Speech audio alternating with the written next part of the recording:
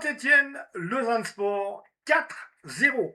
Mais attention, le Lausanne Sport avait aligné l'équipe réserve, donc c'est un peu normal ce qui s'est passé là, cette équipe de Ligue 2 de Saint-Étienne, avec d'anciens joueurs, enfin d'anciens joueurs, c'est pas des anciens joueurs, mais avec des joueurs qui ont joué, comme par exemple Irving Cardona, qui est titulaire à Saint-Étienne, qui a joué à l'AS Monaco, qui a joué au Stade Rennais, qui a une grande expérience de la Ligue 1, et aussi qui a joué quelques matchs en Coupe d'Europe avec Monaco, ça date d'il y a 4 ans en arrière, mais il a quand même évolué en Ligue 1. Je ne sais plus si c'est à Rennes, si c'est à Lorient, si c'est à Angers, je ne sais plus du tout. Mais en tout cas, voilà, c'est cette personne-là que justement a été proposée comme adversaire à ces jeunes pousses lausannois donc, qui évoluent en première ligue promotion, ce qui est déjà bien. Donc, ce qui est l'équivalent de la troisième division suisse, bien évidemment. Donc, on va regarder le détail. Donc, le détail, il n'y a pas grand-chose à en dire. Hein. On va regarder surtout les compos d'équipe. Parce que ce qui se passe, c'est que malheureusement, on a affaire à des, à des médias chez nous qui ne donnent pas le change, qui ne parlent pas assez, qui ne parlent pas assez du Lausanne Sport, qui ne parlent pas assez du football suisse en général et qui ne fait pas assez de promotion des clubs suisses. Et ça, c'est un grand malus. C'est pour ça que, par exemple, ben, il y a des petits gugus comme moi qui viennent faire des vidéos et qui en parlent. Au moins, je vaux peut-être pas grand-chose, mais au moins je suis déjà là, hein, au moins au minimum. Donc alors, pour vous dire, on parle des jeunes pousses lausannois. Darko Lurcher, donc, qui fait partie de cette équipe lausannoise qui a été formée à Lausanne, lui, Darko Lurcher, a été prêté au FC Bavois pour cette saison en première ligue promotion. C'est le même niveau que les espoirs du Lausanne Sport. Donc lui, c'est juste pour changer d'air et puis apporter une plus-value à cette équipe de Bavois, donc Darko Lurcher. Et autrement, du côté des transferts, on l'a vu aujourd'hui, je vous ai fait une vidéo là-dessus. On a vu l'arrivée de Thomas Cordier du Paris Saint-Germain, capitaine de l'équipe réserve du PSG, qui a quitté le PSG pour venir à Lausanne. Donc, il avait déjà joué sur la pelouse de la Tuilière ce printemps avec le PSG, puisqu'il a participé aux demi-finales de la Youth League. Et il a signé aujourd'hui, donc, au Lausanne Sport, pour aller voir la vidéo que j'ai fait à ce sujet, justement. Euh, Ossam Sadak, un international M23 marocain, est attendu aussi au Lausanne Sport. D'après Africa Sport, le Lausanne Sport et son club ont trouvé un accord total entre les deux parties, donc, mais rien justement ne s'est divulgué depuis 2 jours, depuis hier, que j'ai fait aussi cette vidéo hier. Vous pouvez la trouver aussi sur cette chaîne. Donc les deux dernières vidéos sont celles-ci, celle de l'arrivée d'Ossam et Sadak prochainement, et celle aujourd'hui, l'arrivée aujourd'hui du joueur parisien Thomas Cordier. Vous pouvez trouver donc ces deux dernières vidéos. Donc, mais j'ai toujours pas de nouvelles. Il n'y a toujours rien d'inscrit sur le site officiel du club. Et ça, c'est bien ça qui est dommage, parce qu'il n'y a pas assez d'attention par rapport au club, de la part des médias et même du club lui-même qui devrait faire suivre. Je trouve qu'il devrait y avoir beaucoup plus moins d'opacité, plus de transparence et plus d'actualité. Donc là, on parle, sur le site aujourd'hui, il parle du départ de Conrad de la Fuente, il parle du prêt de Darko à Bavois, mais voilà, on entend parler de deux arrivées conséquentes entre hier et aujourd'hui, donc soit Ossam Sadak, le Marocain, et, euh, et Thomas Cordier, le joueur du PSG, et il n'y en a pas une ligne ni sur le site, ni sur la page officielle du club. Donc, voilà pourquoi je me permets de le faire. Pourquoi? Parce que bah, c'est une source qui vient des médias français, de l'équipe, pour Thomas Cordier et de deux, trois autres. D'ailleurs, c'est divulgué en pleine presse, ce n'est plus inscrit pour personne. Et comment pour Osam et Sadak, c'était sur Africa Sport également. Donc, pour moi, j'ai le droit de divulguer ce que je sais, puisque c'est de notoriété publique. Enfin, le club a qu'à se débrouiller un petit peu plus, de faire un peu plus vite les choses, et on leur grillerait pas la politesse.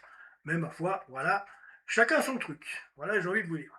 Donc, alors les amis, cet après-midi, les Lausannois jouaient contre la Saint-Étienne, je vous l'ai dit. Ouais. Alors, ça, je vous l'ai dit. Donc pour ce qui est de Conrad de la Fuente, il s'en va, hein. Donc il retourne en deuxième division espagnole. Il va au Sporting Riron. Je ne sais pas qu'est-ce que Riron lui trouve. Quand tu vois, je veux dire, il a été mauvais à Lausanne, c'est un flop. Donc à 25 ans, je lui souhaite bonne chance. Le mec, je sais pas comment il a fait son compte pour aller jouer à l'OM et au Barça. Donc il a ça sur son CV. Je sais toujours pas comment il a fait. Parce que quand tu l'as vu jouer chez nous, tu te dis, mais ce mec, qui est même pas échalant, tu le voulais, quoi. Tu vois, non, mais c'est pas pour dire, quoi. Ok, alors, Darko Lecce, Préter Bavois, on le sait, on l'a vu. Alors, cet après-midi, le Lausanne Sport était dans cette composition suivante. Donc, l'équipe réserve du LS qui s'est alignée face à l'équipe première de l'AS Saint-Etienne, Ligue 2 française. Donc, gros saut dans les buts. Boulou, Hassani, Fredriksson, Gatcheri, Lachab, Oskan, Despotovic, Karadolami et Stutzmann ainsi que Traoré. Donc voilà les joueurs qui ont les joueurs lausannois qui étaient face à des joueurs expérimentés comme le gardien de but Ndiaye qui est revenu de Norvège, ainsi que Belhold qui a fait son retour chez les Verts aussi après avoir été joué à l'étranger. Donc Ndiaye, Hold, Le Cardinal, Nahir, Pedro, Bernauer, Kongswij, Brum, Ballot, Cardona et Dufus, donc les joueurs de Ligue 2.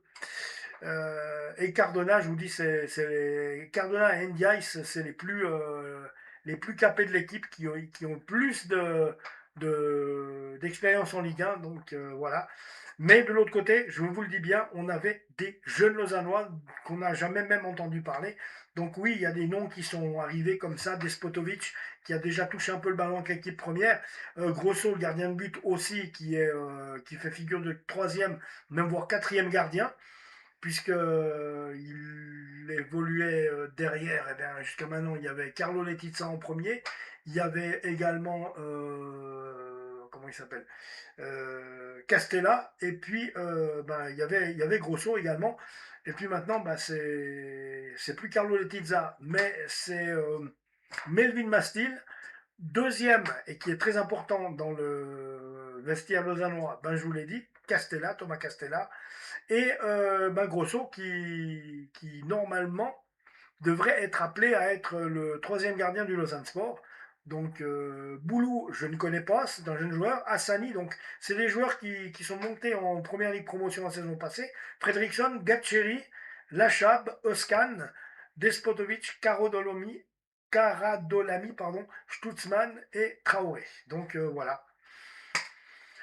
Voilà, alors bien, eux, cet après-midi, ils ont franchi un autre palier, un nouveau palier, du côté de Divonne face à une équipe professionnelle comme l'AS Saint-Etienne, qui va déjà à Venise ce week-end pour jouer un match amical, et qui reprend dans 2 semaines, si je me trompe, la Ligue 2.